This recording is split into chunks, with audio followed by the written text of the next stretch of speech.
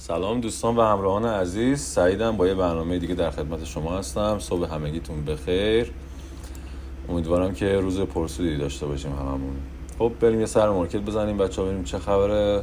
جفت ارز یورو به دلار، جفت ارزیه که امروز خیلی توجه منو جذب کرده. برام بهتون یه توضیح بدم که داستان از چه قراره. آقا اینجا خط ترند ما رو شکست برای ماه سپتامبر اگه یادتون باشه و شاهد ریزش سنگین یورو به دلار بودیم.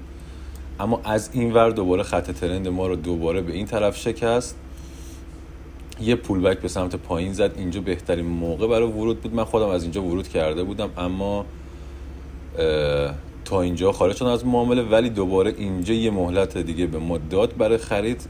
دقیقا همینجا که میبینید پول بک زده نقطه ما حمایتی به سمت بالا. اینجا رو من از دست دادم ولی بالاتر که رفت تو پول بک دوم من اینو گرفتم. حالا شما هم میتونید با من همراه بشیم، بریم تایم فریم پایین تر رو که نگاه بکنیم.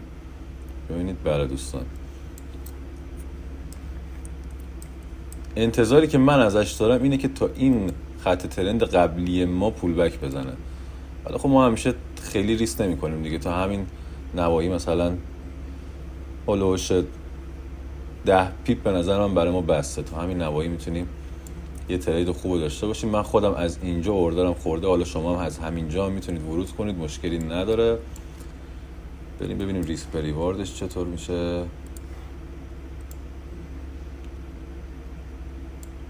یه استاپ لاس برای همین نواحی، یک پرافیت هم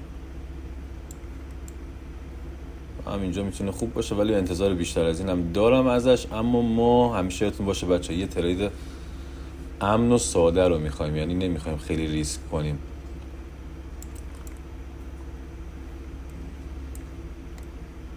به این شکل بچه همیشه ترید رو آسون بگیرید، سختش نکنید. از اندیکاتورهای زیاد استفاده نکنید. اندیکاتورها همیشه باعث باخت شما میشن. بیشترین تمرکزتون رو بذارید روی نقاط شکست و از اونها استفاده کنید برای ترید گرفتن.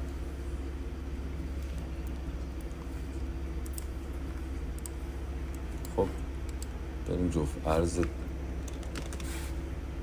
طلا دلار هم یه نگاهی بندازیم که همین نقطه‌ای که گفتیم حمایت شده. فعلا نظر خاصی روش ندارم، ترید نمی کنم روش. اما جفت ارز دیگه ای که در نظر داشتم جفت ارز دلار به دلار کانادا بود که از این نقطه اوردر من بچه خورده برای پوزیشن شورت. به نظر من ریسک ریوارد خوبی داره، اینم میتونید وارد بشید با یه همچین ریسک ریواردی تقریبا. اینم گزینه خوبی میتونه باشه.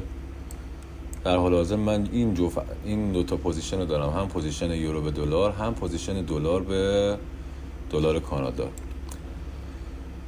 پرسود باشید بچه‌ها، ان شاءالله لایک و سابسکرایب یادتون نره. دوستتون دارم. فعلا خداحافظ.